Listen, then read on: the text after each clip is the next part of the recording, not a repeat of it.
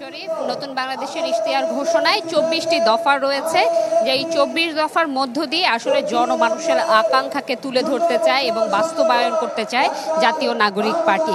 সেই তথ্যটি কিন্তু জাতীয় নাগরিক পার্টির পক্ষ থেকে আমাদেরকে জানানো হয়েছে। বিকাল ৪টায় শুরু হবার কথা থাকলেও এখন পর্যন্ত আসলে আয়োজনটি শুরু হয়নি। কিছুক্ষণের মধ্যে আসলে শুরু হবে বলে যতটুকু আমরা জানতে পেরেছি, নেতাকর্মীরা আসছে। এবং আপনি যেটি বলছিলেন আসলে ২৪ দফায় কি কি রয়েছে, একটু যদি সংক্ষেপে তাদের সেই ২৪ দফার কিছু অংশ তুলে ধরি আমাদের দর্শক যারা রয়েছেন তাদের সুবিধার্থে।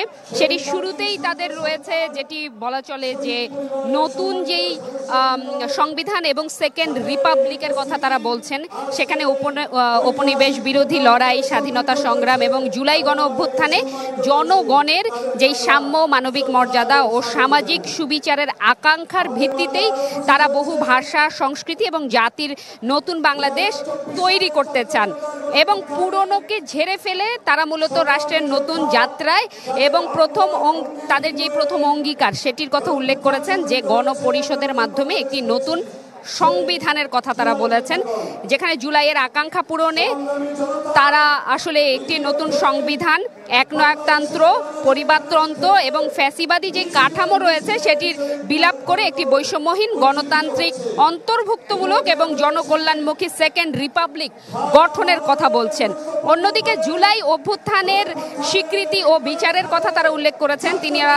তাদের সেই যে দ্বিতীয় দফা সেখানে উল্লেখ রয়েছে যে ১৯৭১ সালের মহান মুক্তিযুদ্ধের কাঙ্ক্ষিত সাম্য, মানবিক মর্যাদা এবং সামাজিক সুবিচারের প্রতিষ্ঠার লড়াই এবং জুলাই গণ অভ্যুত্থানের একটি বৈষম্যহীন বাংলাদেশ গড়তে প্রত্যেকেই তারা আসলে প্রেরণা জুগিয়েছেন এবং তারা বলছেন যে জুলাইয়ে সংগঠিত গণহত্যা, শাপলা চত্বরের গণহত্যা, বিডিআর গণহত্যা, গুম, বিচার বহির্ভূত হত্যাকাণ্ড সহ আওয়ামী ফ্যাসিবাদী যেই সময়ে সংগঠিত মানবতা বিরোধী অপরাধের রয়েছে সেগুলো দৃষ্টান্তমূলক বিচার এবং শাস্তি তারা নিশ্চিত করতে চায়।